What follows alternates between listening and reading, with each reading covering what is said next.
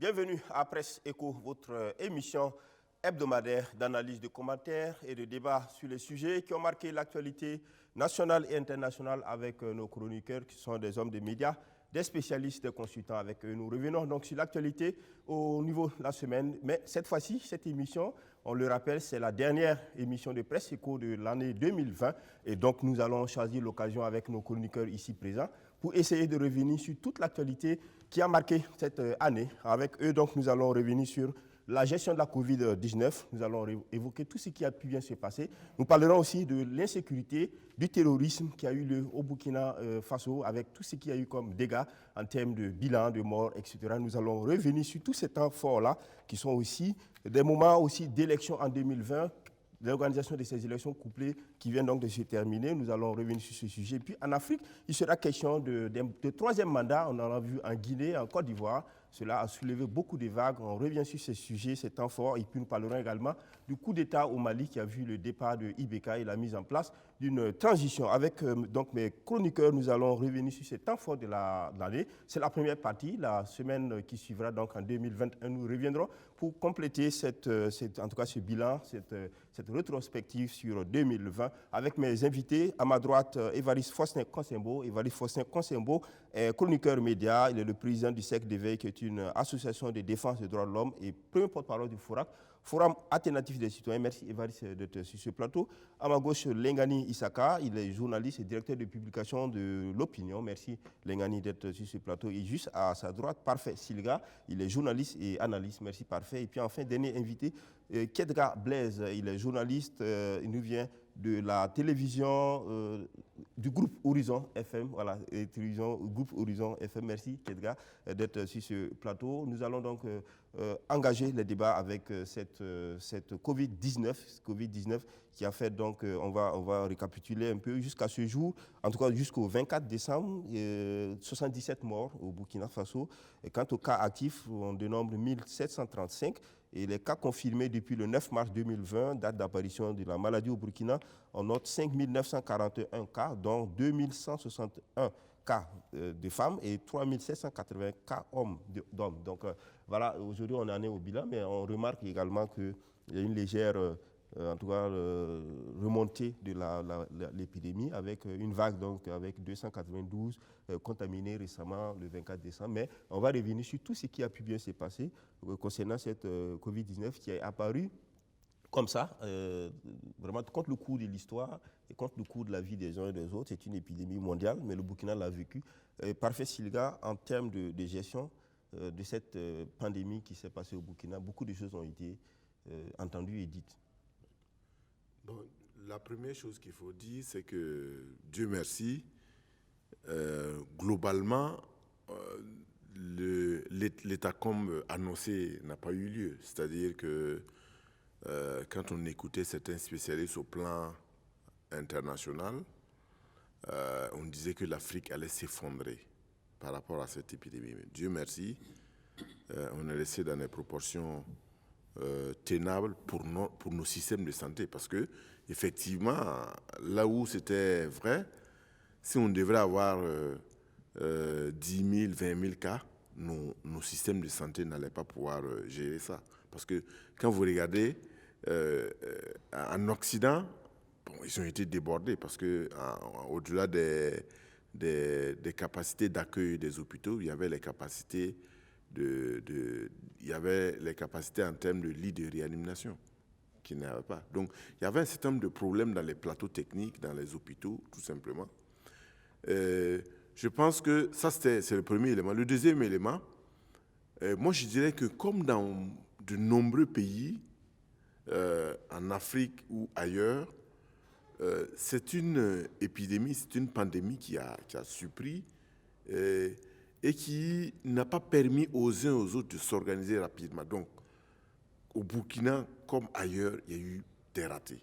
Ça, il faut être malhonnête pour ne pas le dire. C'est-à-dire qu'il y a eu des ratés au début de la gestion de l'épidémie, parce que, évidemment, c'est une pandémie à laquelle personne ne s'attendait.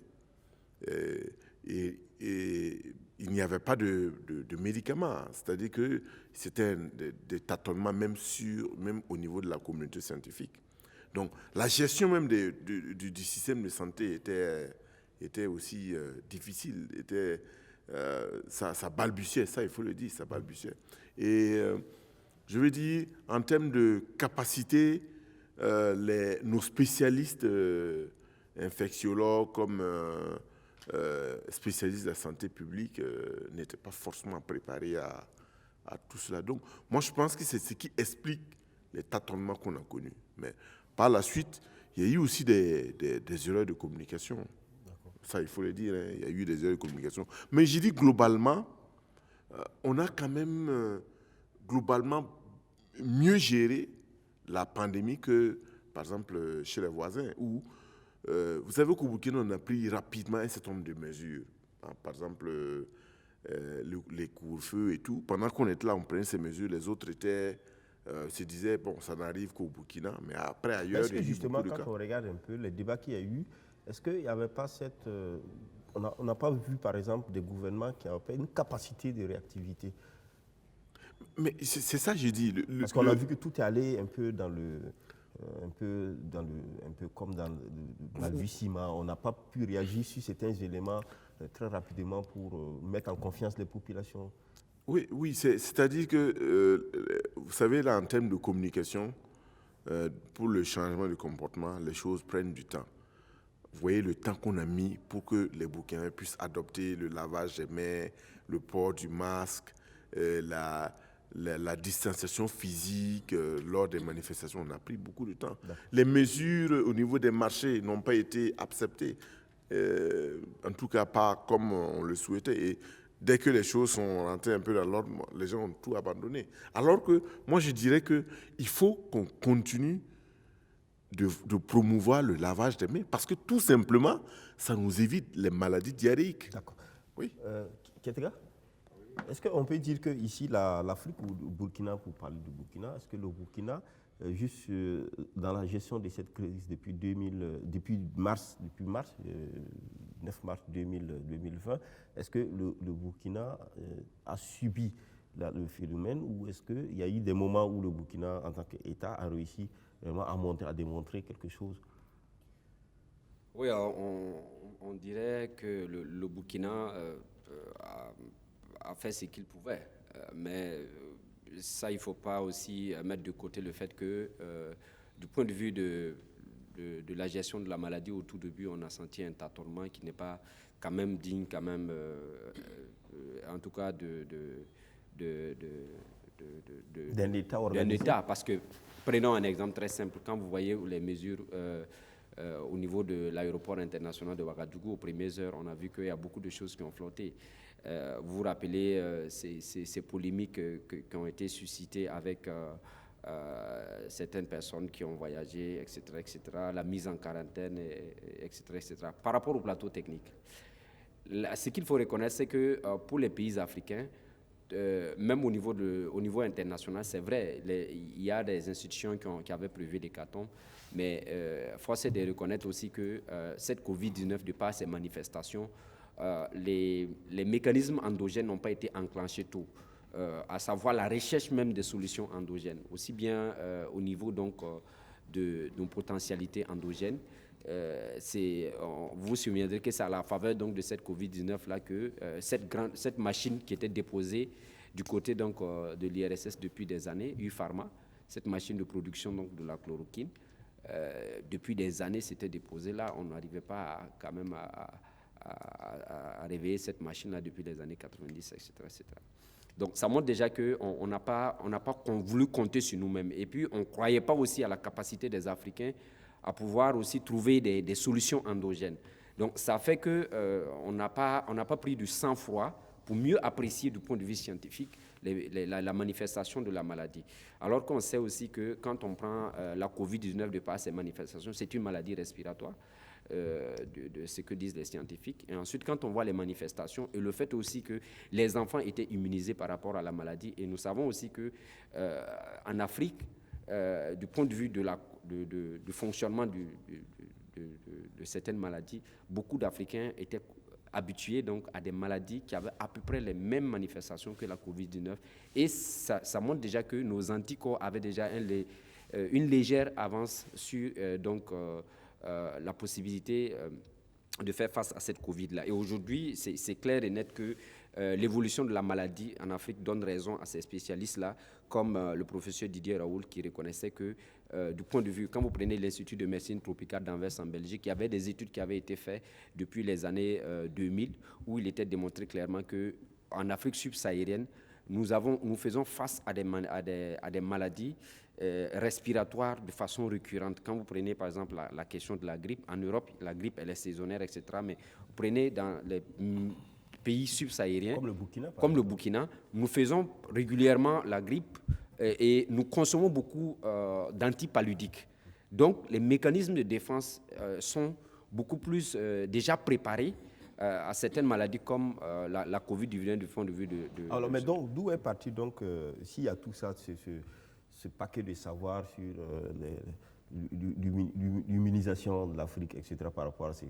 D'où est partie donc cette frilosité de nos États qui se sont embarqués sur des règles à l'européenne où on a vu des méthodes, des mesures, par exemple, comme des fermetures, des distanciations, des confinements, etc. Est-ce que ce n'était pas ça un peu l'erreur aussi pour nos pays? Ce n'est pas propre au Burkina. Hein. La gestion de ces genres de situations, ce n'est pas propre au Burkina. Vous savez, moi, j'aime dire qu'en Europe, eux, ils ont un avantage. Il y a ceux qui élaborent des stratégies. Il y a ceux qui appliquent les stratégies. Et il y a ceux qui évaluent la stratégie.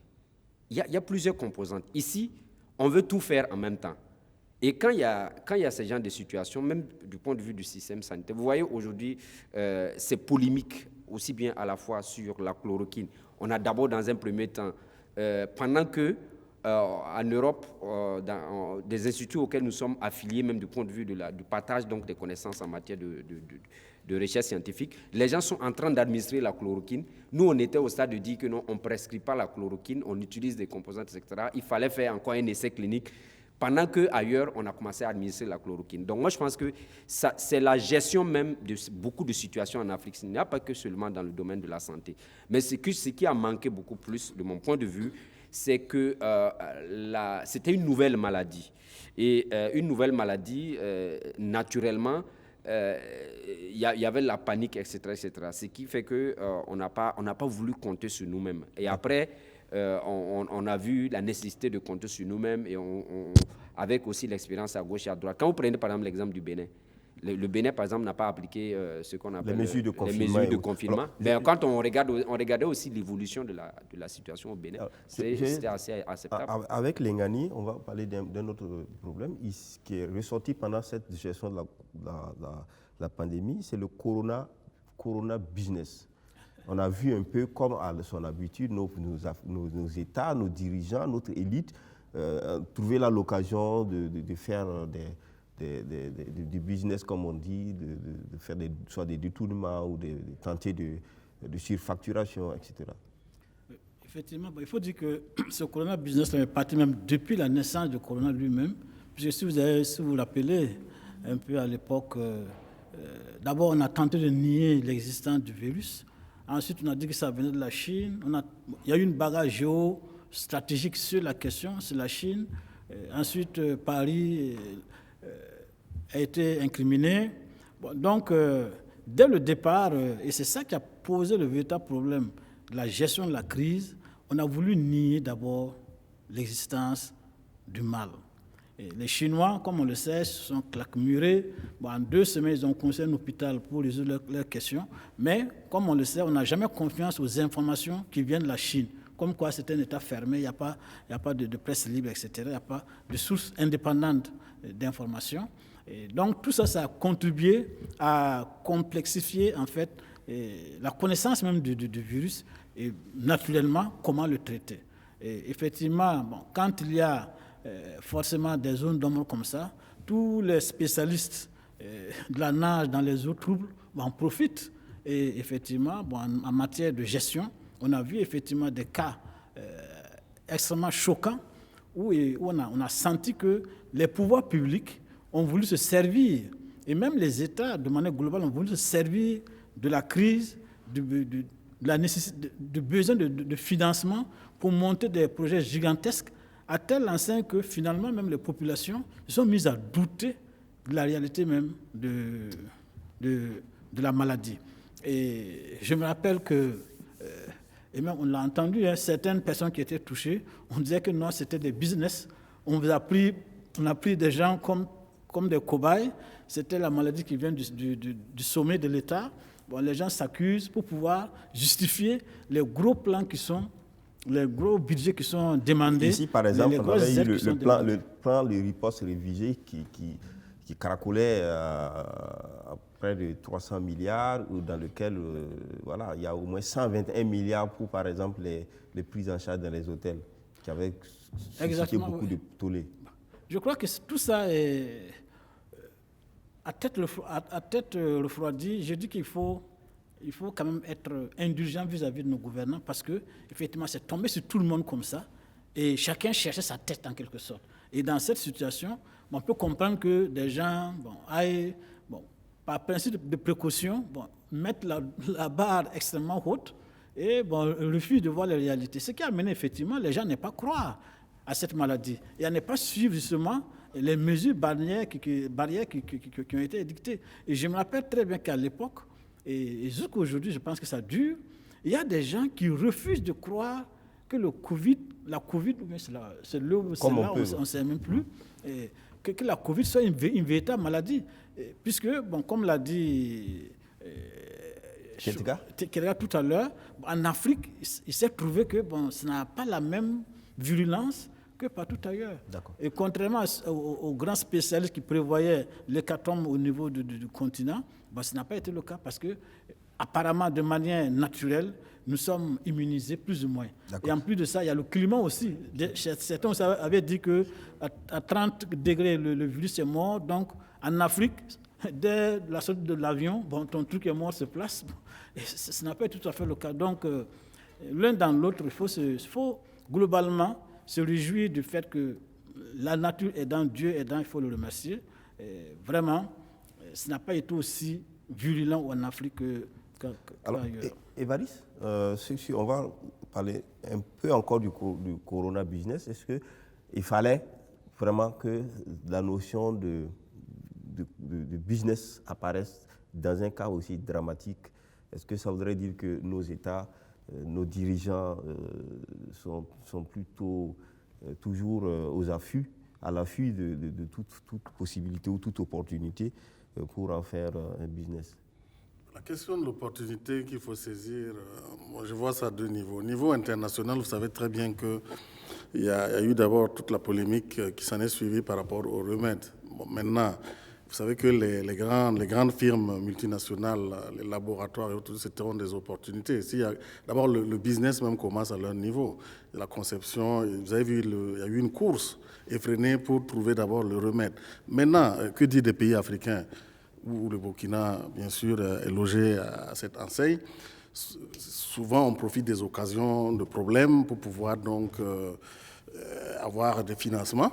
Je pense que c'est capter des financements et dans l'optique peut-être de traiter donc le problème précis, mais éventuellement aussi de régler d'autres problèmes. Et je pense que dans le contexte actuel, vous souvenez-vous, les budgets ont été révisés, mais le premier budget était déjà quand même très surdimensionné.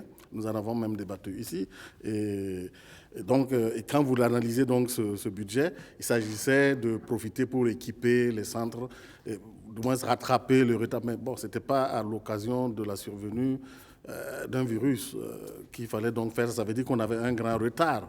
Le retard, on ne pouvait pas le rattraper immédiatement. Donc, on comprend aussi la tentation qui était aussi, qui venait de la part de nos dirigeants, de pouvoir donc essayer de trouver tous les moyens qu'il fallait pour donc s'en sortir. Mais cette panique, je pense qu'on a trop surdimensionné en fait cette affaire. Mais c'est parce que c'était nouveau. Bon, moi, je n'ai pas des éléments scientifiques. On sait qu'il y a plusieurs facteurs X ou Y qui font que peut-être en Afrique, ça n'a pas eu la même lancée qu'en Europe. Mais bon, scientifiquement, je dis, il y a plusieurs facteurs. On ne peut pas se focaliser uniquement que sur un facteur. Donc, il faut peut-être dire que c'est cet élément-là qui a peut-être sauvé les Africains. Mais maintenant, c'est vrai, mais n'empêche quand même que la maladie, elle existe. Et de temps en temps, quand vous avez des personnalités, il y a des grandes personnalités qui l'attrapent et malheureusement décèdent, ça ramène La réalité, ça réveille du coup, ça rappelle à tout le monde que cette maladie-là, elle existe, elle est là. Maintenant, la prise en charge, c'est vrai qu'on a aussi vu aussi dans toute une panoplie, hein, y compris des décisions, des mesures de restriction des libertés. C'est ça qui était plus dur. Mais cette crise, il faut reconnaître, pour le Burkina, était très éprouvante parce que nous étions déjà confrontés à une autre crise sécuritaire. Donc justement, pour le côté, en termes de conséquences, d'effets sur l'économie, par exemple, oui, c'est que j'allais revenir, puisque les mesures pour combattre donc cette maladie avaient des impacts immédiats sur l'économie. Quand on regarde quand même la configuration de l'économie du Burkina, la prédominance, elle est informelle. Donc, les gens ne cotisent pas, les gens ne font pas de l'épargne, les gens vivent au jour le jour. Alors, dans un tel contexte, vous ne pouvez pas dire aux gens de rester chez eux pendant un temps illimité. À un moment donné, vous allez avoir une crise encore plus perverse et plus grave même que celle de la Covid. Donc, Lengani, vous voulez ajouter quelque chose? En ce qui concerne la gestion, il y a quand même un aspect où quand même, il faut critiquer notre État, c'est sur la question de... Je crois savoir qu'avant même la Covid, le Burkina Faso avait un système de riposte contre les épidémies. Bon. Malheureusement, quand la Covid est arrivée, on a laissé tomber tout le système qui était mis en place pour fabriquer un de toutes pièces, en partant du sommet. Je pense que le temps qu'on a perdu pour mettre en place ce système, qui a montré qu'il était très vite défaillant, incapable de supporter la crise, on a perdu du temps, on a tâtonné, ce qui a un peu expliqué... Et même on a pensé à un moment donné qu'on a mis des personnes qu'il ne fallait pas là où... Absolument. Sur le plan des profils des gens qui étaient nommés aux responsabilités, bon, il était évident qu'il y avait d'autres personnes beaucoup plus à même de remplir ce rôle de gestion de la crise là, que ceux qu'on a mis. Ensuite, je voudrais ajouter sur l'aspect business que c'est maintenant même que le business se fait sentir dans la Covid avec le fameux vaccin, les fameux vaccins qui sont proposés. D'accord. On va en parler. Alors, parfait, Silga. On a parlé un peu de l'économie, qui en a souffert suffisamment, mais il y a des questions qui sont soulevées, la pharmacopée africaine. Disons au Burkina, on a vu les guérisseurs traditionnels ou ceux qui font du phytosanitaire, par exemple, qui ont fait présenter des produits qui étaient à même de pouvoir prévenir. Mais au fond, on n'a pas trop vu cette tendance à se développer contre, par exemple, l'idée qu'un vaccin va arriver d'ailleurs. Oui, je pense que c'est l'un des éléments sur lesquels le Burkina doit continuer, poursuivre la réflexion. Parce que, vous savez, une épidémie comme ça, ouais, on est à la deuxième vague. Ouais. Espérons qu'il n'y aura pas une troisième ou quatrième vague. Mais ça montre qu'on n'en a pas fini avec la maladie. Donc, je crois que ce qu'on a commencé au début de l'épidémie, là, on doit poursuivre. C'est-à-dire que, comme Kientka disait, les ressources endogènes pour contrer ces pandémies. Il faut qu'on arrive à ça. Et là, le Burkina n'a rien à envier aux autres pays. C'est-à-dire que il y a des ressources naturelles, mais il y a aussi des spécialistes qui ont développé un certain nombre de médicaments. Donc, il faut qu'on puisse poursuivre parce que, évidemment, je pense qu'ici, sur ce plateau, on avait parlé du médicament de... Docteur Dakio non, pas docteur, de Madagascar. Oui. Donc, pour moi, les Africains doivent arrêter de crier toujours au loup. Oui, c'est parce que ça vient de l'Afrique, l'OMS. Non, l'OMS a des règles. Je pense qu'au Burkina, on doit rentrer dans ce carcan. Je ne veux pas dire que le Burkina ne refuse de rentrer, mais je veux dire, on a commencé un processus de fabrication, comme ça, disons-le comme ça, de médicaments. Il faut qu'on puisse poursuivre parce qu'il peut arriver un moment donné. Il est même connu que dans notre vie, dans notre existence, dans la pratique, les gens se soignent au même titre. On peut dire que c'est 50%, ou peut-être même plus en pharmacopée qu'à l'hôpital. Voilà. Où il y a même une relation entre aujourd'hui la pharmacopée. Il y a une relation, mais on n'est pas encore arrivé à bien faire les choses. C'est-à-dire qu'il il faut qu'on arrive effectivement à produire des médicaments qui vont être testés pas le ministère de la Santé. Et pourquoi pas ne pas arriver à des médicaments testés au niveau international par l'OMS. Mais moi, je pense qu'on a toutes les ressources au Burkina. Maintenant, il faut un processus clair qui puisse effectivement mettre les spécialistes que... Évariste ? Moi, je veux mettre le doigt un peu sur le problème de l'insuffisance donc, des ressources endogènes. Mais 60 ans après, je vous rappelle qu'on n'a pas le palud sévit en Afrique, mais on n'a pas encore trouvé de vaccin. Mais parallèlement, vous avez vu que cette épidémie, comme ça frappe l'Occident, ils ont trouvé. En fait, il faut que les Africains... Mais nous, les Africains, ici, nos tradis praticiens, ils guérissent le palud. Non, ce que je veux dire, il faut que les Africains en fassent de la recherche scientifique une priorité. La science a des démarches. Prenez par exemple la pivirine qui existe depuis 2003, je ne sais pas quoi. On ne l'a pas soumis à un protocole scientifique. Oui. Qui taise le débat. Oui. Donc, on est resté là. On lui dit peut-être oui, peut-être que ça soit... On sait, parce que scientifiquement, il faut suivre un protocole pour être sûr que c'est l'effet de ce médicament qui guérit. Or, on ne suit pas cette démarche-là. Il ne suffit pas de dire que c'est de façon empirique qu'on travaille. Or, la science a ses méthodes. Il faut que donc, le Burkina, d'ailleurs, ou les pays africains, rentre dans ces démarches-là pour pouvoir donc obtenir donc gain de cause. Sinon, tant qu'on dit « ah oui, peut-être ça soigne, ah oui, peut-être on sait », mais c'est de l'à peu près. Oui. Ce qui fait que la pharmacopée traditionnelle ne se développe pas, pour avoir eu un peu la chance de discuter avec eux quand j'étais à l'IRSS, vous savez, il y a deux obstacles. Le premier obstacle, c'est que il ne faut pas qu'on ignore qu'aujourd'hui, les pays africains sont des pays qui sont devenus comme des déversoirs de certaines firmes pharmaceutiques. Il y a un marché, on va dire. Voilà. Nous sommes un grand marché des firmes pharmaceutiques. Oui. Ça, c'est une réalité qu'il ne faut pas mettre de côté. Parce que quand vous voyez qu'à chaque fois, c'est pour cela moi je pense que c'est vrai que quelqu'un avait dit que militaire sans formation politique est un criminel en puissance, mais aujourd'hui, c'est d'appliquer cette théorie-là au niveau de la recherche scientifique. Parce qu'il faut plus de patriotisme. Et ça, ce n'est pas au niveau seulement des dirigeants, mais il faut plus de patriotisme dans le système, par exemple, de la recherche scientifique. Parce que, quoi qu'on le dise, il y a des enjeux tout et aussi bien idéologiques qu'il y a des business derrière les questions sanitaires. Ça, c'est le premier obstacle. Ça veut dire qu'il y a des firmes pharmaceutiques qui n'ont pas intérêt aujourd'hui à ce qu'on puisse guérir par nos propres moyens endogènes. Mais Kétéga, quand on regarde un peu, on a l'impression même que aujourd'hui, nos scientifiques nationaux ne sont pas tellement alignés sur les recherches traditionnelles de nos guérisseurs, etc. Il y a comme une différence ou une méfiance entre ces...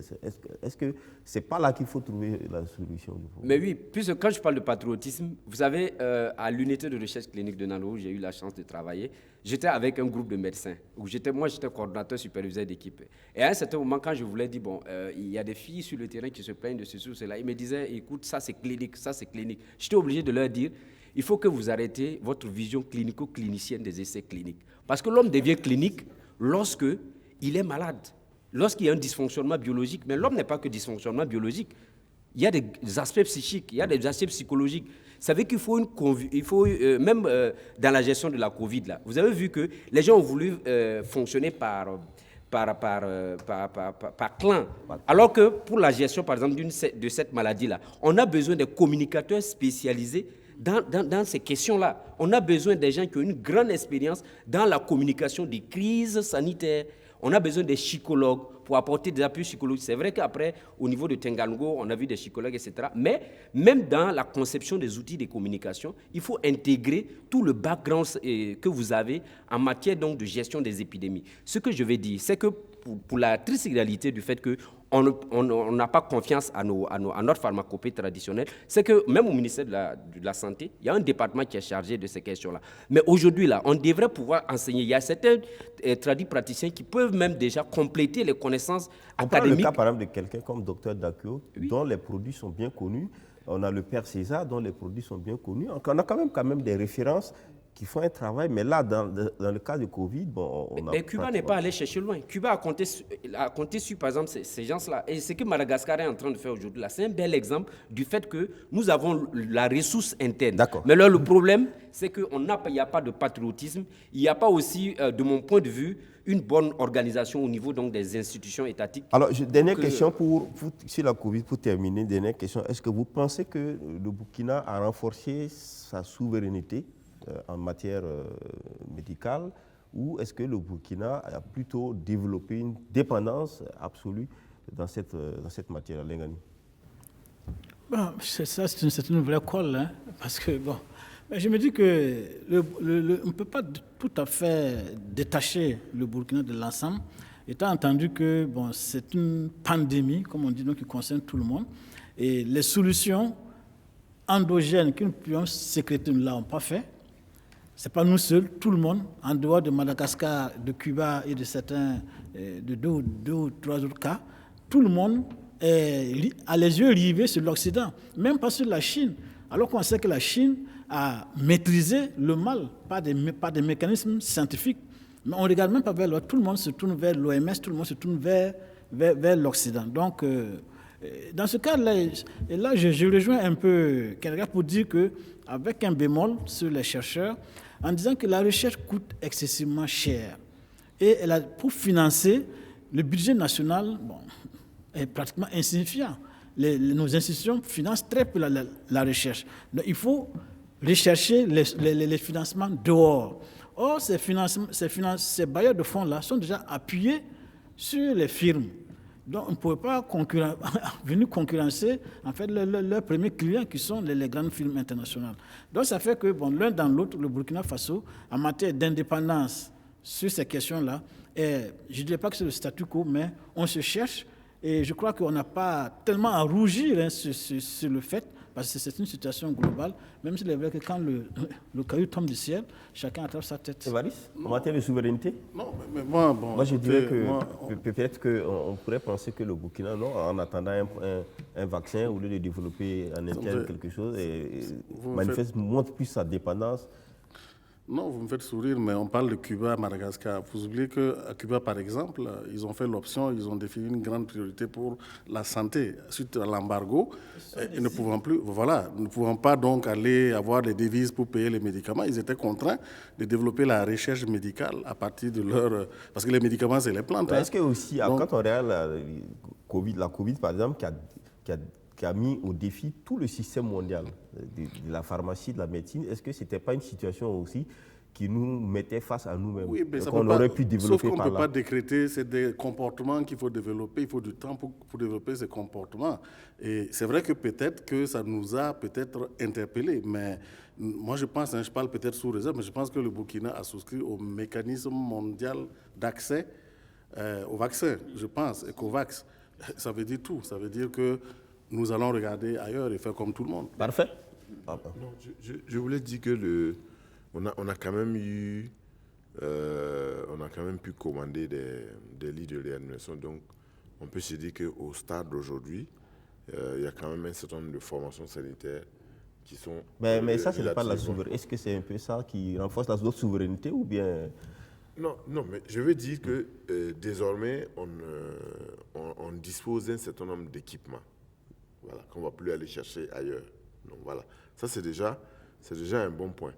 Mais c'est-à-dire que nous avons pris un chemin et que nous avons l'obligation de poursuivre. C'est-à-dire l'équipement des hôpitaux est un élément sur lequel la politique du gouvernement doit effectivement se poursuivre avec beaucoup plus d'efforts. Parce que la Covid là, est venue démontrer que, quelque part, nous étions un peu démunis et tout. Donc, je pense que les efforts là doivent se poursuivre. On a vu, par exemple, aussi que dans le cas de cette épidémie, on a vu le génie des Burkinabés aussi se développer. Il y a des gens qui ont fait des inventions, oui. Par exemple des respirateurs sur la base, à base de ventilateurs. On a vu aussi des jeunes qui ont conçu des appareils, etc. Est-ce que l'État a mis tout en œuvre pour que, peut-être qu'on n'ait plus à importer des respirateurs?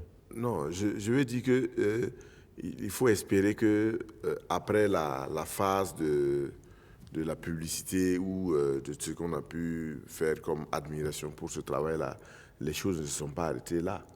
Parce que c'est important que ces inventeurs-là puissent être suivis, qu'ils puissent être pris en charge par le ministère en charge de la recherche et qu'effectivement, bon, demain, ils puissent inventer d'autres choses qui vont permettre aider le pays à quitter sa dépendance. Quelqu'un vraiment en 30 secondes pour terminer. Je pense que le Burkina a fait des efforts, ça il faut le reconnaître aussi d'une part en matière donc, de résilience face à cette maladie.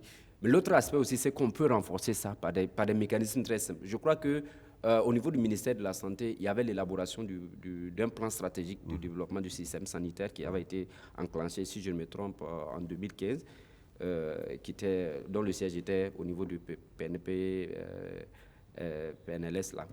Et je pense qu'au-delà de ça, c'est qu'il faut aussi, comme vous l'avez dit ici, on a vu à la faveur de cette maladie-là, du génie se dégager. Maintenant, le gros problème, c'est vrai que dans le cas du PNS, je crois que c'est l'axe 2, le développement du capital humain, mais aussi, il faut reconnaître qu'il y a du capital humain en la matière qui existe aussi. Vous savez que l'un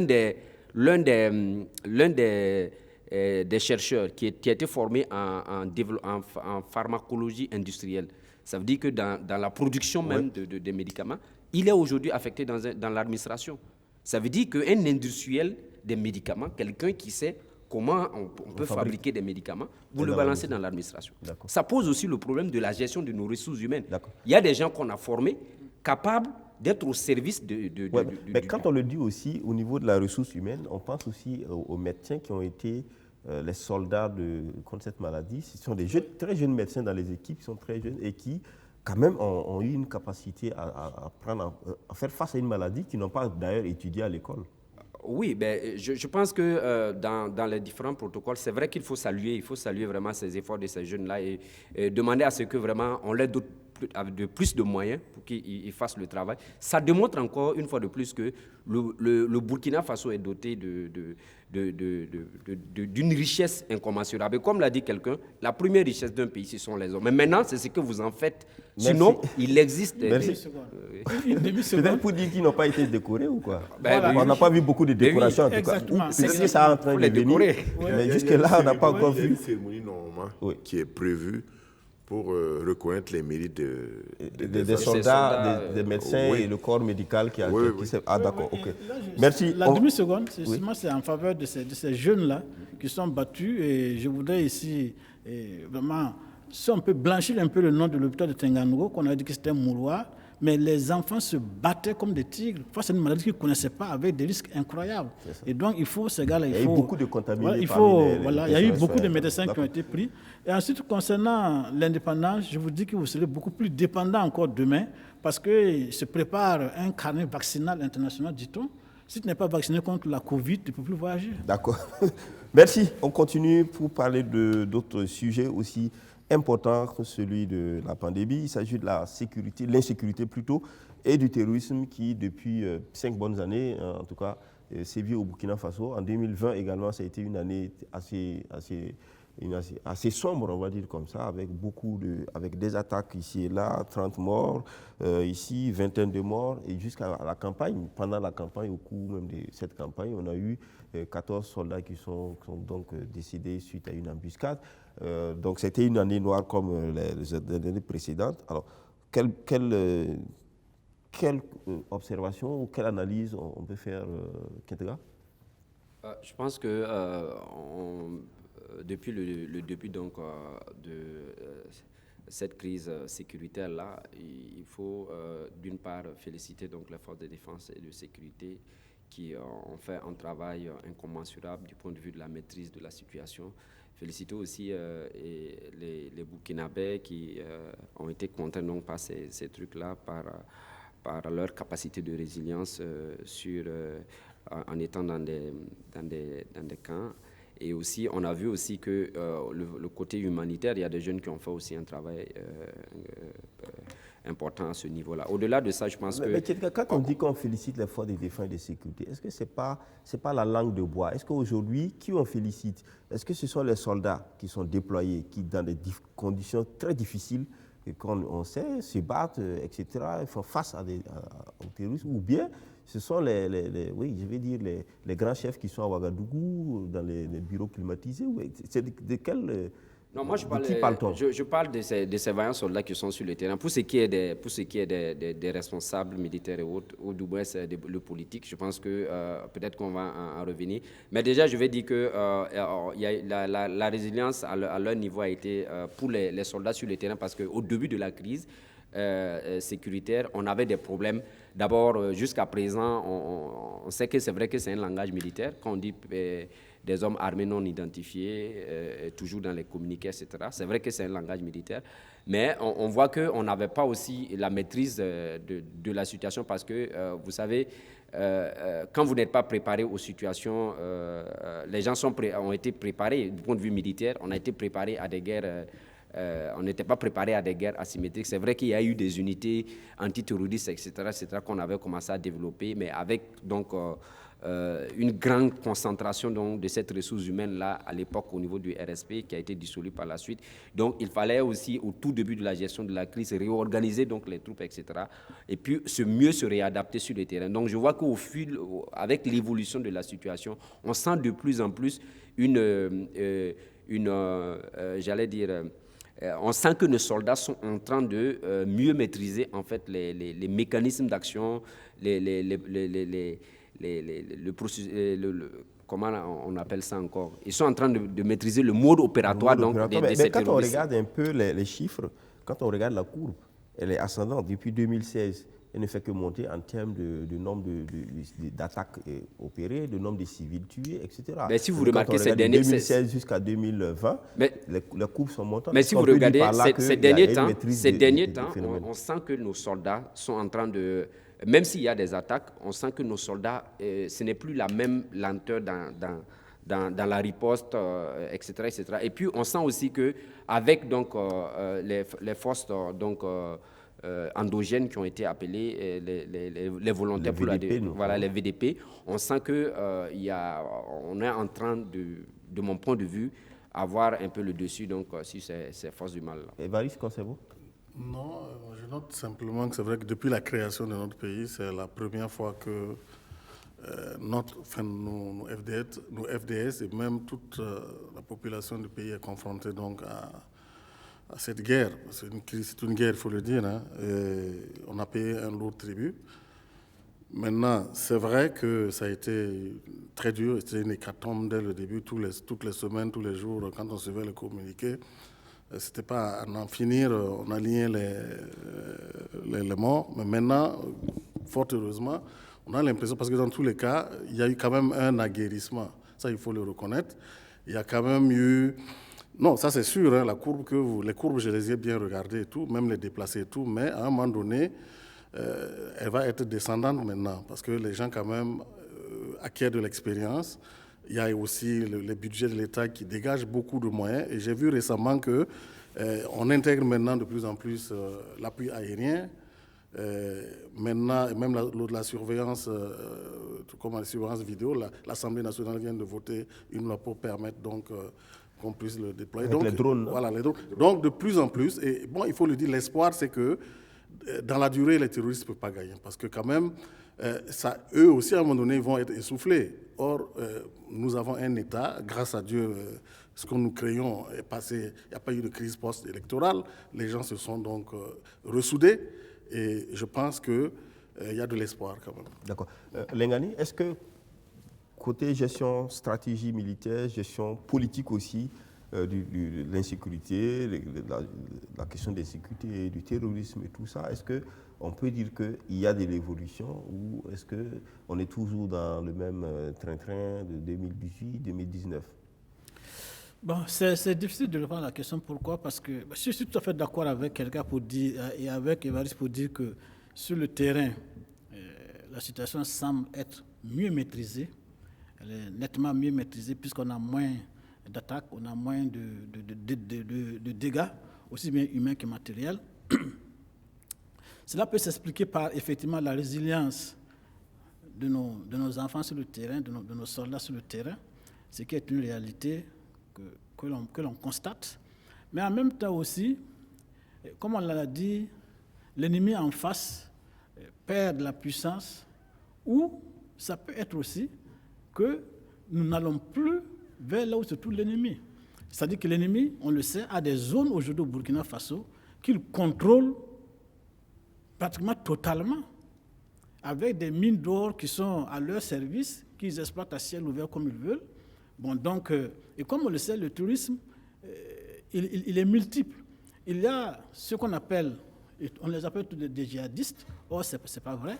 Il y a des bandits qui n'ont rien à foutre avec la religion. Et même ce qu'on dit, les religieux là, c'est une religion vraiment que eux seuls connaissent, en tout cas pas celle de Dieu, qui est paix, amour vers le prochain. Et donc, ces bandits-là aussi sont là, et on a l'impression que c'est eux qui prennent le dessus. Et face à nos hommes, à nos soldats, c'est beaucoup plus compliqué. Mais je dis que si je suis heureux de constater cette résilience, il y a qu'au niveau de la superstructure, du commandement et de politique, il y a des choses à revoir. Il y a des choses à revoir parce qu'on a, sur ce plateau ici, plusieurs fois nous sommes revenus sur des drames qu'il y a eu dans ce combat-là qui est légitime. Et n'eût été, de mon point de vue, la violence avec laquelle nous sommes opposés à ces situations de non-droit, au point qu'on nous a pris très souvent pour des apatrides, pour avoir dénoncé des excès qu'il y a eu, comme quoi dans toutes ces guerres-là, il y a forcément des excès, mais c'est parce qu'il y a ces excès qu'il faut les dénoncer pour permettre de recadrer et prendre en charge l'ensemble du système. Parce que ce qu'il ne faut pas oublier, c'est que si vous tuez un touriste, si vous continuez à alimenter par un certain nombre de politiques, par un certain nombre d'actions, la base de recrutement de ces gens-là, forcément, celui que vous éliminez, il y a 2, 3 qui le remplacent. Et c'est là où, de mon point de vue, les enfants sur le terrain n'ont pas été suivis par la superstructure parce que le réservoir n'a pas été éteint, n'a pas été maîtrisé à tel enseigne que on a l'impression d'un renouvellement chaque fois. Et ce qui a permis. Est-ce que ça voudrait dire simplement que c'est lié à certaines exactions qui touchaient certaines communautés ou parce que la situation se passait à l'intérieur de certaines communautés et donc forcément ça pouvait générer des frustrations qui pouvaient encore raviver la flamme? Absolument. Je me rappelle un reportage que j'ai suivi sur une de nos télés, voire même sur l'ensemble de nos télés, une femme qui disait que elle, son problème, c'est après Yirgou, c'est après après Caïn. Après Caïn, où on a tué des gens, entre parenthèses, dits des djihadistes, alors que les témoignages sur le terrain disent que non, la plupart des gens ont été réveillés dans leur famille et puis passé de vie à trépas.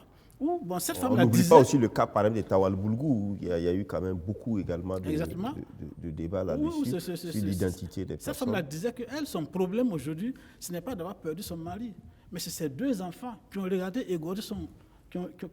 égorger leur papa. Et qu'est-ce que ces enfants-là vont devenir demain? Effectivement, c'est ces situations-là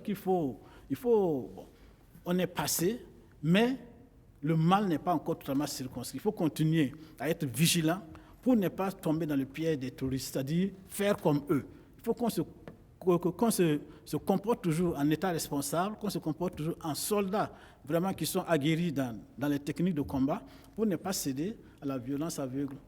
Je pense que c'est ça qui va permettre d'éteindre surtout les foyers, qui va permettre d'éteindre les foyers d'alimentation de ces crises-là. D'accord. Merci. Parfait, Sylvia, très rapidement. Non, j'ai toujours pensé que la solution au terrorisme, en tout cas au Burkina Faso, n'était pas seulement militaire. C'est-à-dire qu'il y a des zones au Burkina Faso où les populations ont eu l'impression, à un moment donné, qu'elles ne comptaient plus. Tout simplement parce qu'il n'y avait pas de développement. Et donc, des Burkinabés ont pensé à un moment donné que non, nous préférons aller ailleurs, nous préférons effectivement nous engager dans d'autres combats plutôt que de rester dans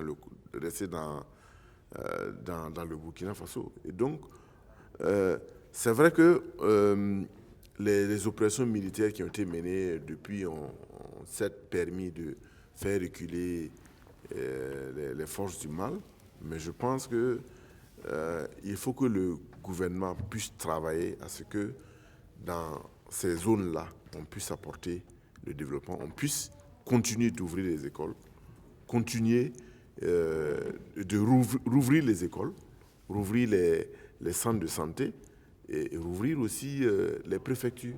Parce que c'est ça. Si les gens n'ont pas l'impression qu'ils sont burkinabés, parce qu'ils n'ont pas des écoles, ils n'ont pas des parcs de pâturage, ils n'ont pas des centres de santé et bien d'autres choses, hein, mais voilà. S'ils n'ont pas le sentiment, effectivement, d'être... D'une appartenance ou d'une assistance de l'État. D'une assistance de l'État, ben, ils vont certainement aller ailleurs.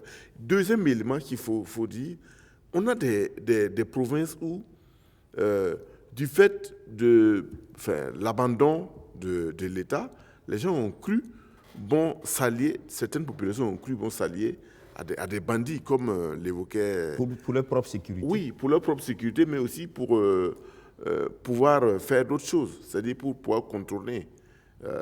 Voilà. Donc, il faut qu'on puisse travailler à ramener toutes ces personnes-là, parce que c'est important.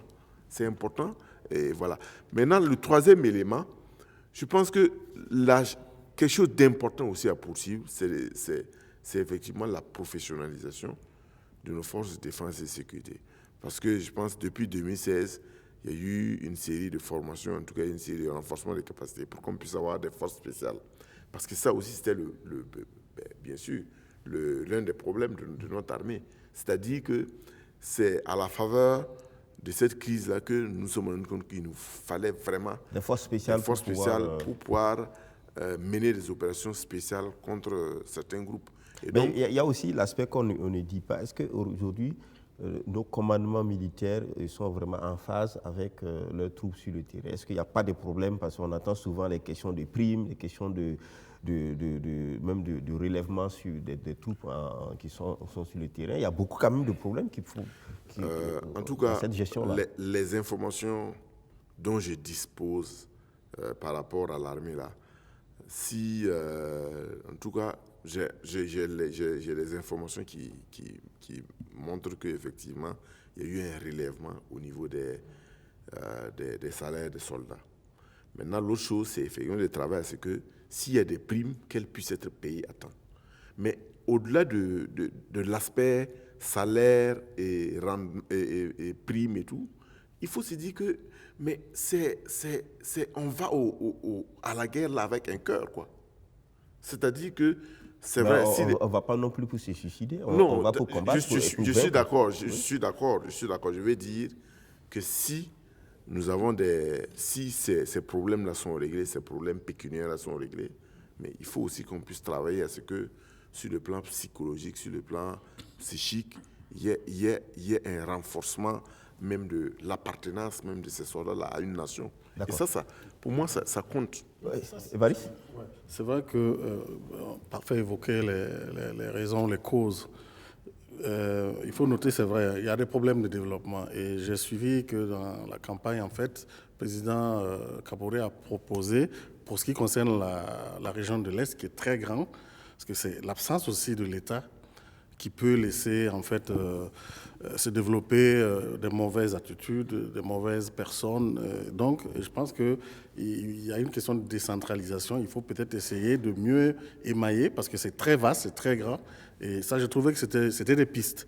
Si on peut peut-être le morceler et puis de faire en sorte que dans chaque zone, on puisse avoir un service minimum de l'État, la justice et autres, ça va peut-être dissuader et rapprocher les populations en fait de l'appareil de l'État. Maintenant, je note que concernant en fait nos forces de défense, il y a un travail de refondation qu'il faut faire. Parce que c'est vrai, vous ne pouvez pas toujours continuer à former les gens pour faire face à des guerres conventionnelles, alors que dans votre pays, sur votre territoire, il y a une nouvelle guerre d'une autre nature. Je pense qu'il y a un problème en profondeur qu'il faut revoir la formation et même créer des corps d'armée qui sont adaptés aux nouvelles réalités. On ne peut pas rester se claquemurer dans le conventionnel. Ça, le conventionnel a vécu. D'accord. Voilà. Alors, Kiedga et Lengani, pour terminer sur ça, est-ce qu'aujourd'hui, oui, d'accord, la question des armes, du matériel, par exemple, de nos forces de défense et de sécurité, il est entendu souvent dire que quand ce sont les officiers, les grands patrons de l'armée qui se déplacent dans les zones, ils sont précédés par des comment dire ça, pas des drones qui balaient, mais quand il s'agit des jeunes, par exemple, des troupes qui évoluent, il n'y a pas de drones, il n'y a pas en termes de renseignement, c'est souvent pas, tout l'effort n'est pas fait.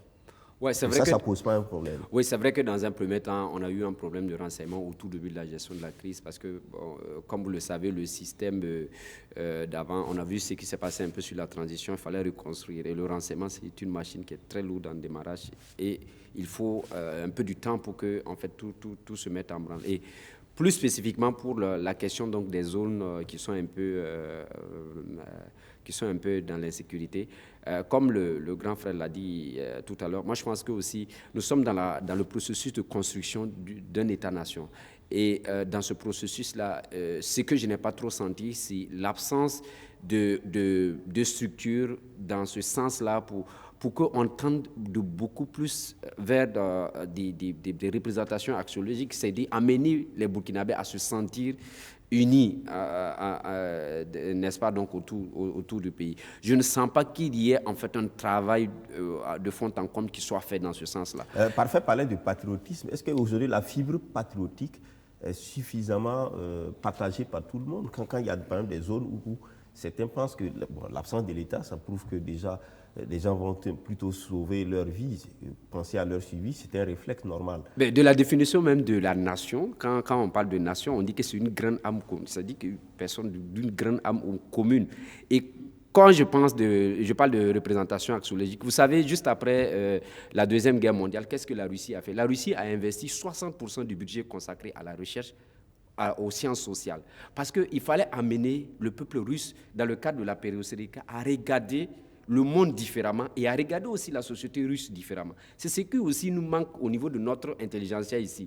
Au niveau des sociologues, moi je suis de formation de base sociologue, mais je dis souvent qu'il faut aussi, lors de ces moments-là, aussi travailler amener les gens à regarder autrement la situation. Parce que c'est de cela aussi qu'il est question dans ces zones-là. Au-delà des questions donc, de la contrebande, etc., qui, effectivement, je suis d'accord que quand on regarde le mode opératoire en fonction des endroits, ce n'est pas le même mode opératoire. Mais aussi, le travail de fond aussi qu'il faut faire après ces événements douloureux de Yirgou, de Kaye, etc., de Tanwalbougou, c'est de travailler aussi à ramener à la nation. Voilà, amener les gens à regarder la situation autrement, à regarder la situation en tant que Burkinabé, non pas en tant qu'appartenant à telle ethnie ou à telle ethnie. Mais je pense que ce travail doit être fait aussi par les gens qui dorment souvent au CNRSC. Là. Il faut que les sociologues, les psychologues... Et les politiques aussi, il ne faut pas oublier que les politiques... Mais oui, l'intelligentsia, vous savez, Lukman, l'intelligentsia aussi doit aussi s'affirmer parce que quand vous prenez les plateaux aujourd'hui, il y a des plateaux qui devaient être des plateaux des sociologues, il y a des plateaux qui devaient être des plateaux des économistes.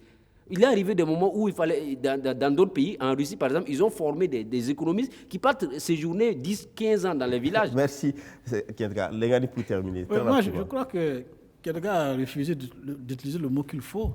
C'est la réconciliation nationale. Exact. Voilà. C'est cette question qui se pose, effectivement. Malheureusement, je suis tout à fait d'accord avec lui, c'est que nos chercheurs, sociologues, autres économistes, psychologues et autres là, ont abandonné ce terme-là aux politiques. Ce qui fait qu'aujourd'hui, quand on parle de réconciliation nationale, les gens voient la réconciliation entre les politiques. Or, ce n'est pas ça. Le tourisme, ce n'est pas né ex nihilo. Contrairement à la bêtise qu'on a voulu nous faire croire, les gens ne sont pas venus d'ailleurs nous attaquer. Ça a démarré dans nos villages. Et on sait où ça commençait et pourquoi ça commençait.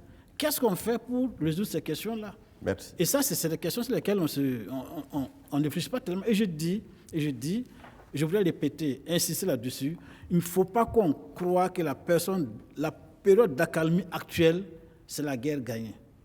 On est très, très loin d'avoir gagné la guerre. On sait que les ennemis en face, c'est-à-dire les terroristes, sont eux aussi des stratèges. Et il faut... Si aujourd'hui il y a une accalmie, nous devons en profiter pour gagner sur le terrain de la reconquête sociale, la réouverture des écoles, la remise en place, la réinstallation de choses, des populations et de l'administration. Il faut l'affirmation nationale. Et si on abandonne ce terrain-là aux terroristes, mais ça veut dire qu'on n'est pas sur le berge. Merci, Lengani. On continue pour parler élection. On est toujours dans cette ambiance. De cette élection, on va dire les élections couplées qui se sont donc passées le 22 novembre dernier, élections présidentielles et législatives. Tous les résultats sont connus. Il y a eu quand même de grands débats autour de cette élection, notamment la tenue ou la non-tenue, et aussi la loi électorale qui s'est donc posée. Et donc, on en parlait justement des populations qui sont donc mises à l'écart du fait de l'insécurité, qui n'ont pas été prises en compte dans le cadre de l'expression du suffrage, dans le cadre donc de l'installation de nouvelles institutions politiques qui vont naître. Est-ce que tout ça, ça ne joue pas contre l'affirmation de soi dont il est question, la reconnaissance, l'appartenance à une nation? Parfait. Effectivement, c'est dommage que des populations, que des Burkinabés qui ont le droit de vote n'aient pas pu effectivement voter, tout simplement parce que dans leur village, il y a l'insécurité, l'analyse a été faite, et puis bon, voilà. Bon, c'est dommage. Je dirais que simplement, c'est bien dommage, mais c'est parti d'un consensus de la classe politique. La classe politique, à un moment donné, a dit oui, nous voulons aller aux élections, mais bon, nous allons reconnaître que dans les zones où l'insécurité persiste, nous ne pouvons pas aller. Donc, ça, c'est le premier fait à indiquer. Le deuxième fait, c'est de dire que la situation ne doit pas être gardée parce que dans 6 mois, nous avons des élections municipales. Voilà, donc il faut qu'on puisse travailler à ce que dans 6 mois, il y ait beaucoup plus de localités. Il y a eu aussi un débat qui était bien compréhensible, hein, c'est-à-dire que la CENI, dès le début, a dit bon, certains villages ne pouvaient pas accueillir, ne pouvaient pas voter à cause de l'insécurité. Puis à la dernière minute, on a ouvert des bureaux de vote quand même dans ces villages. Et puis dans d'autres bureaux, dans d'autres villages où on avait prévu, où on n'avait pas prévu d'ouvrir, on a ouvert des bureaux de vote. Donc il y a quand même eu un certain cafouillage. Hein. Il y a quand même eu un certain cafouillage. Et un cafouillage qui n'a pas, qui n'a pas certainement favorisé l'expression du vote pour tous les partis. Voilà. Donc, je pense qu'il y a des choses comme ça qu'il faut corriger. Donc, globalement, quand vous regardez ces élections, il y a eu un certain nombre de problèmes, de dysfonctionnements qui ont été signalés. Mais je pense que la classe politique doit aussi travailler à ce que, comme il est dit dans la Constitution, l'animation de la vie politique, là, c'est de travailler ici c'est ça le rôle de la classe oui, des travailler, partis politiques.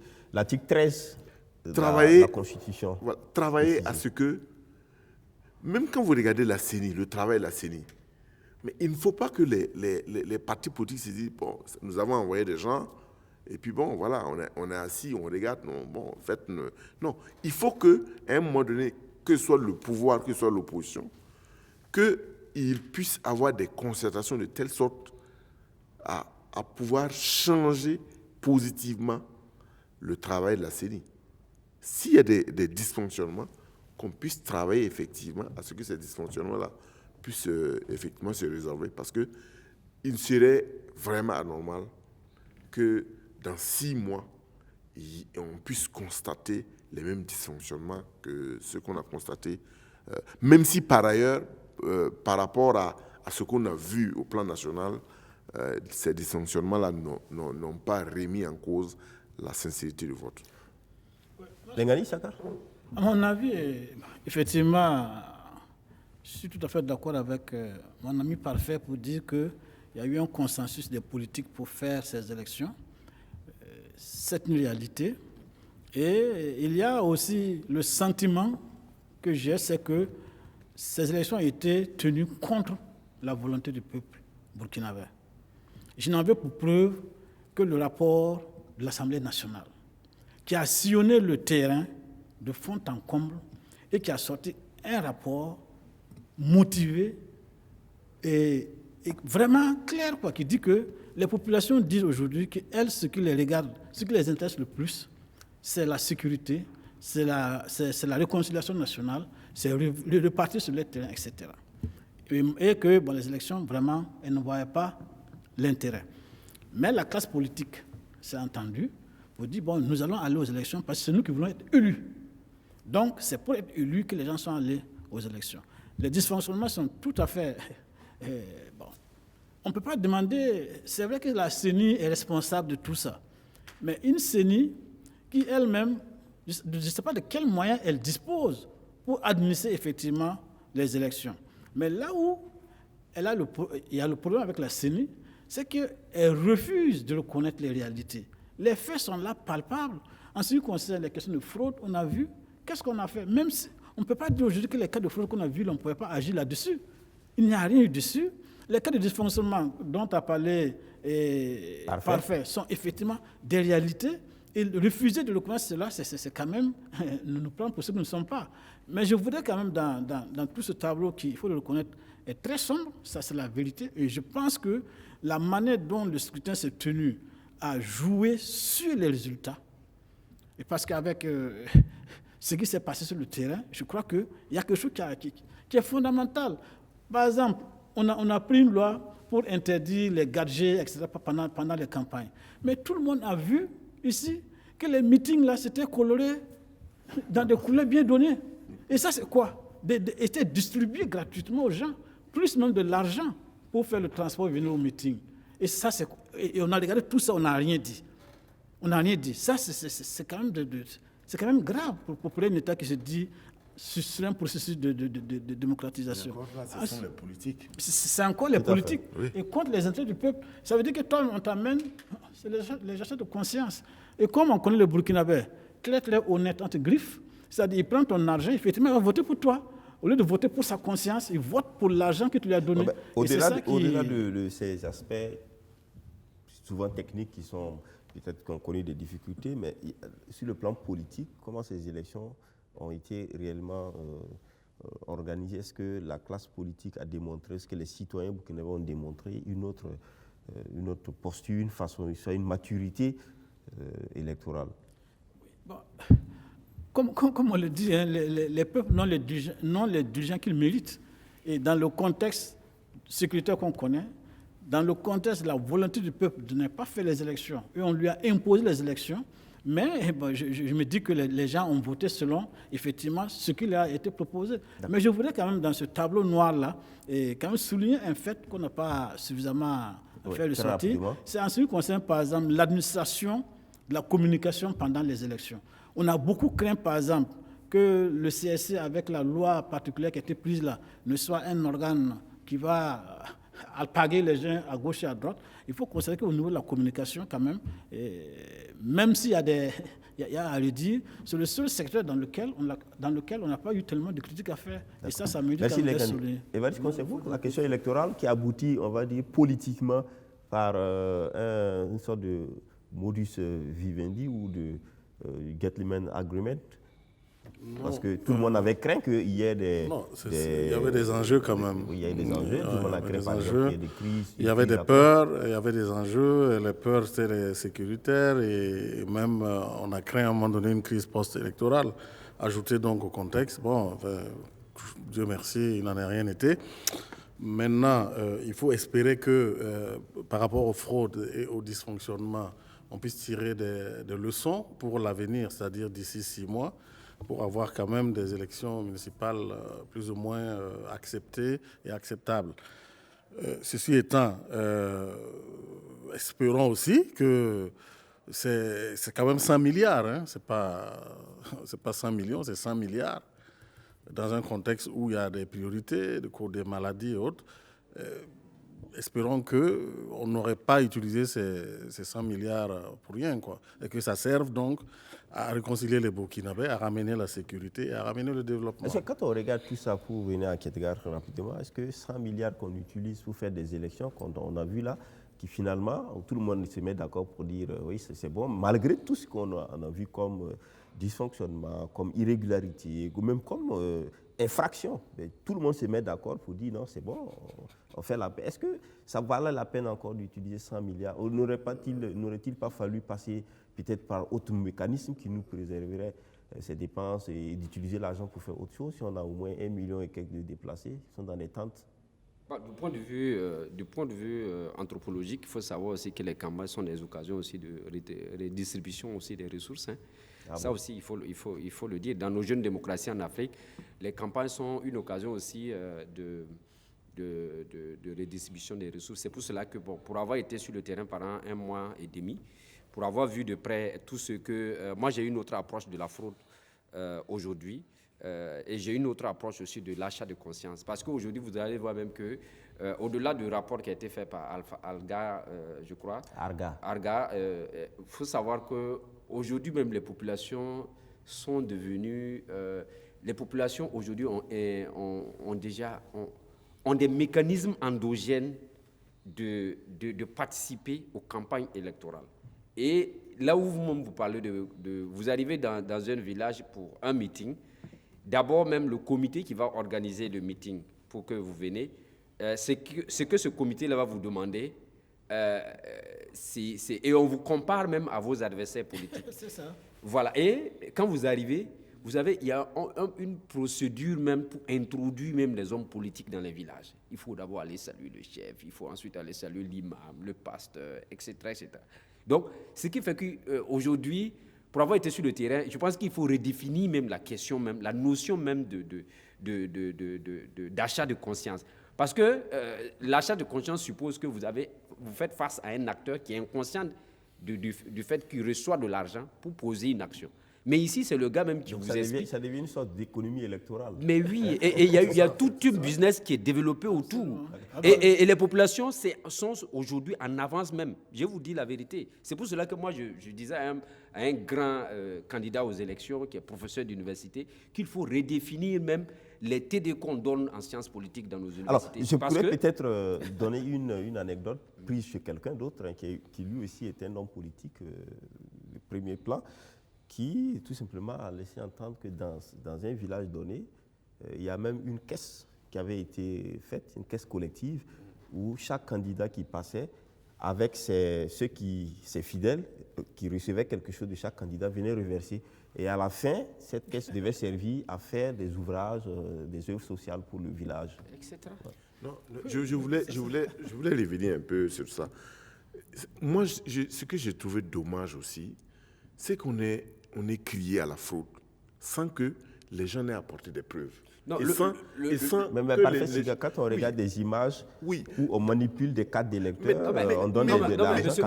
Monsieur Loukman, vous voyez par exemple, pour ça par exemple, je vais vous expliquer un truc très simple. Vous savez qu'en stratégie politique, les hommes politiques qui connaissent ça, moi je suis pas, j'ai pas suffisamment d'expérience à la manière.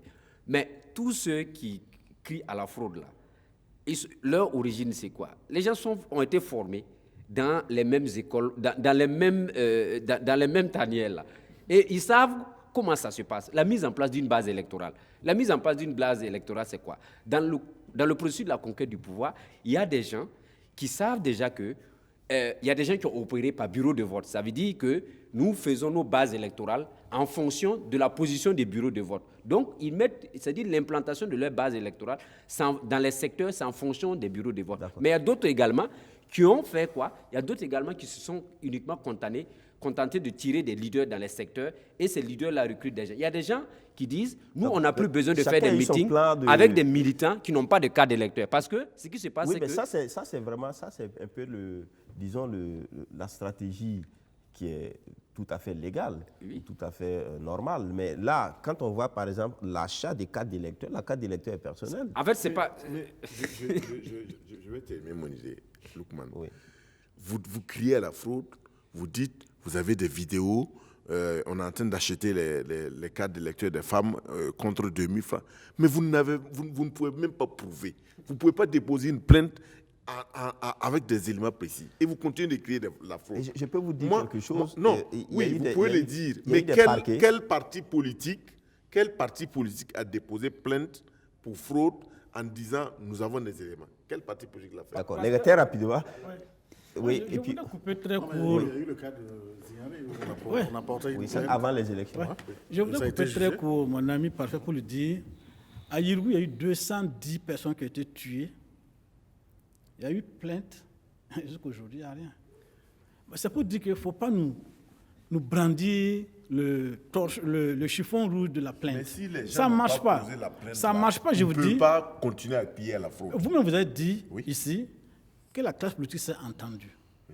Et moi, j'ai ajouté sur le dos du peuple. Effectivement, c'est ça. Les gens sont entendus sur le dos du peuple pour leur business.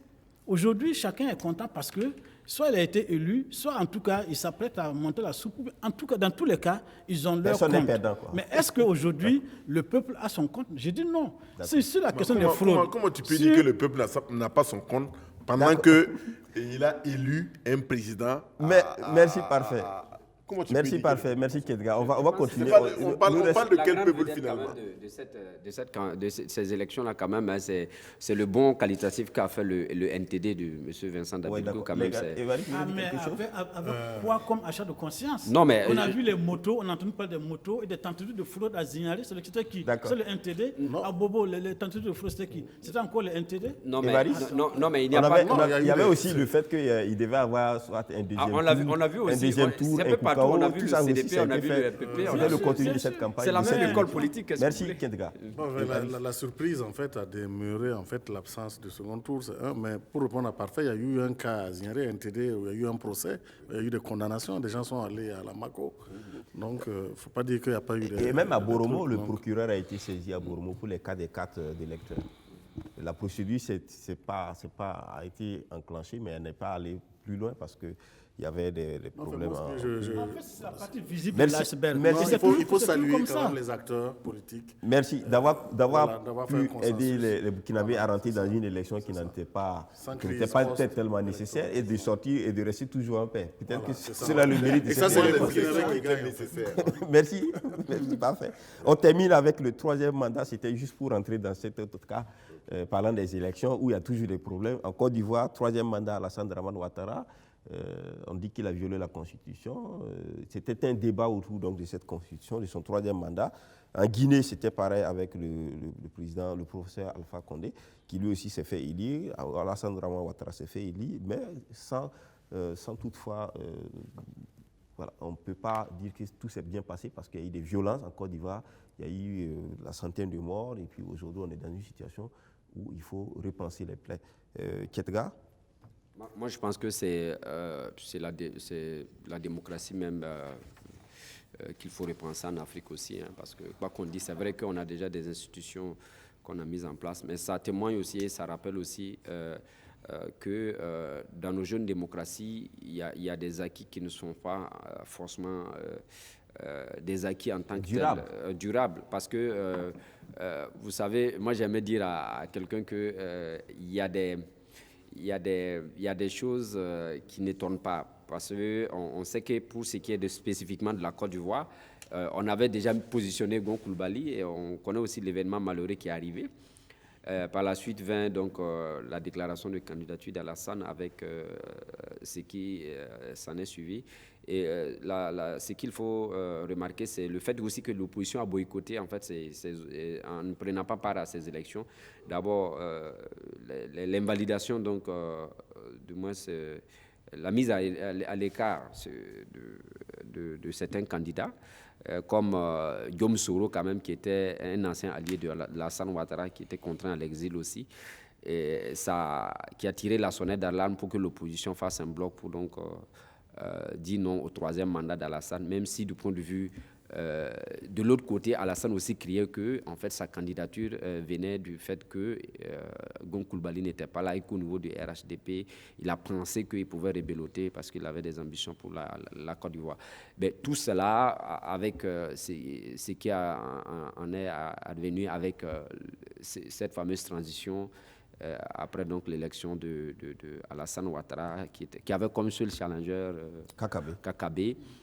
Pour moi, témoigne aussi de la fragilité de nos jeunes démocraties.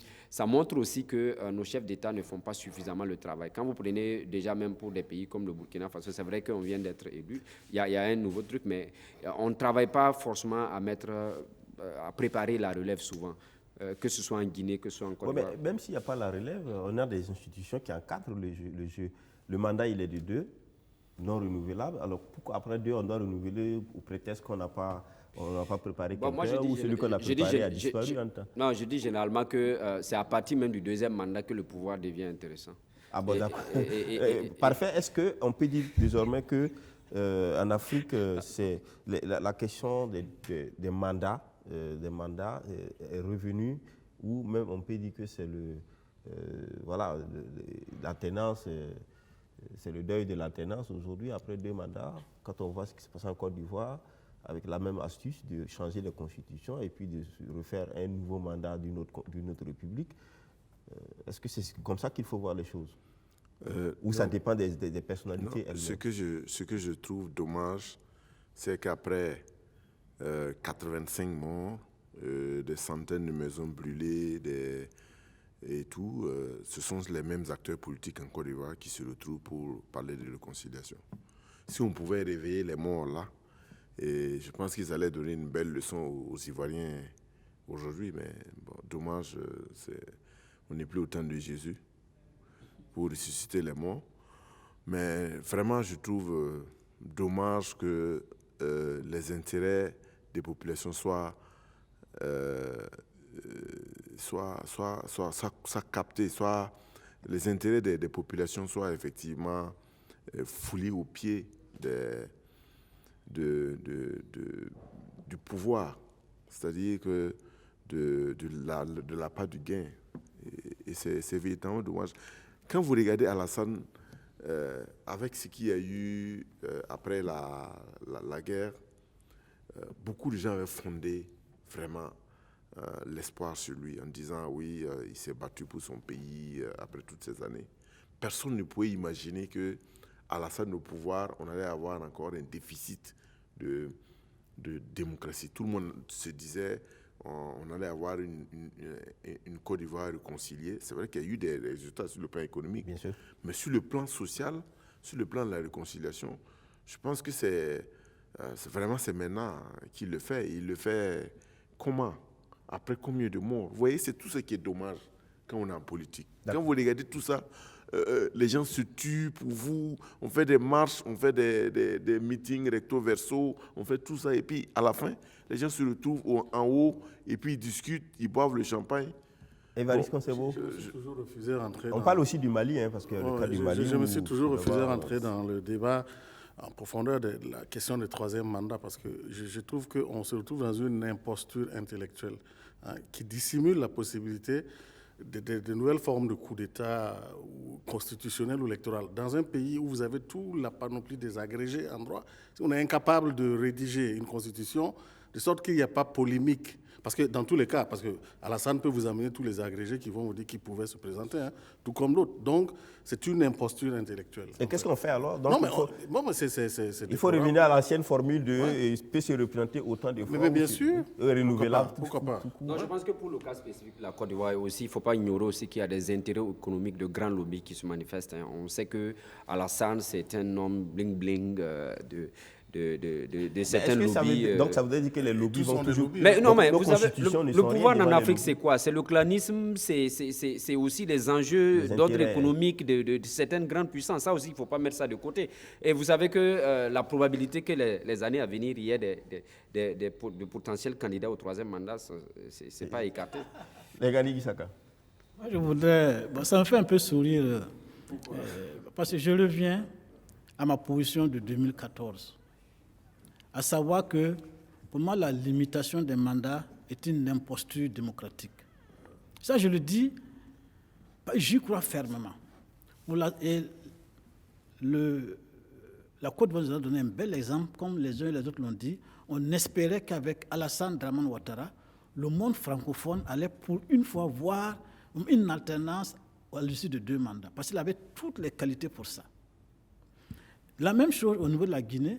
Un vieil opposant qui s'est battu pendant des années, qui est arrivé au Graal, on s'est dit qu'après 2 mandats, il allait quand même passer le flambeau de manière démocratique. Mais voilà, patatras. Est-ce que ce sont ces 2 individus qu'il faut condamner ou bien c'est le système lui-même? Mais le Niger. Il y a le Niger qui a donné... a accepté de lui qui a donné le bel exemple. Jusque-là, ouais, il faut être prudent. Il faut être très prudent. Ouais, c'est un peu tard. Bon. Quoique, avec le fils qui est de campagne de celui qui est prévu être président, on voit ce qui se dessine. C'est-à-dire, il y a un deal un jeu de jambes entre politiciens. Mais c'est déjà quelque chose.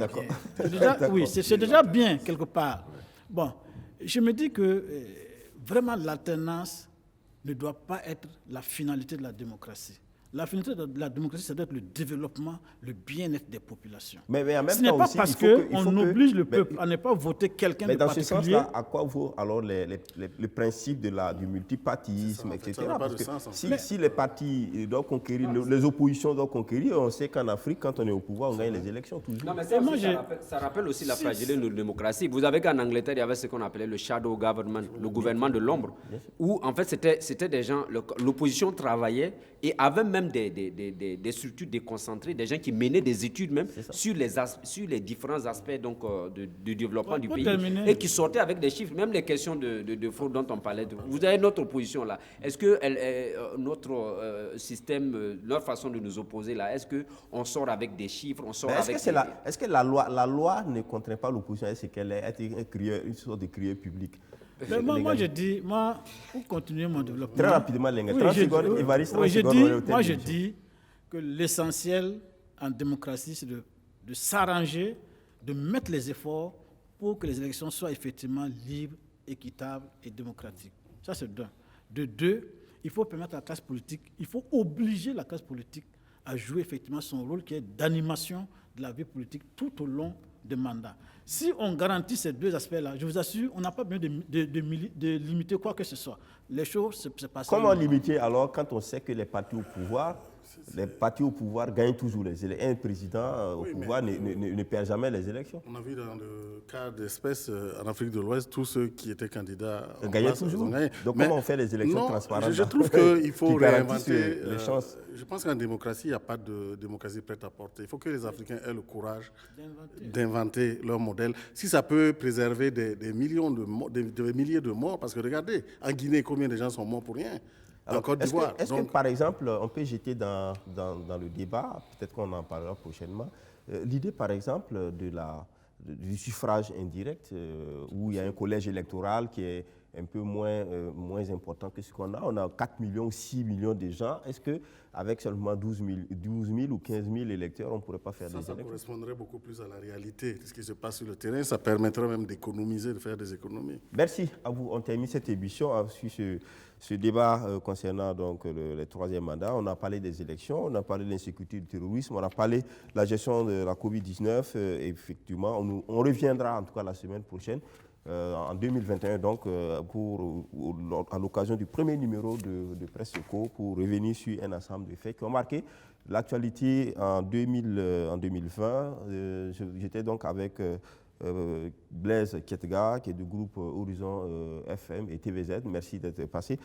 Parfait Silga, journaliste et analyste. Merci également. Lengani Isaka, journaliste et directeur de publication de l'Opinion. Et Faustin Évariste Consebo, chroniqueur média, président du SEC d'éveil, qui est le SEC d'éveil, qui est une association de défense des droits de l'homme et premier porte-parole du Forum alternatif des citoyens. On est au thème donc de cette émission, la dernière de 2020. On se donne rendez-vous la semaine prochaine pour la première émission de 2021, si Dieu le veut.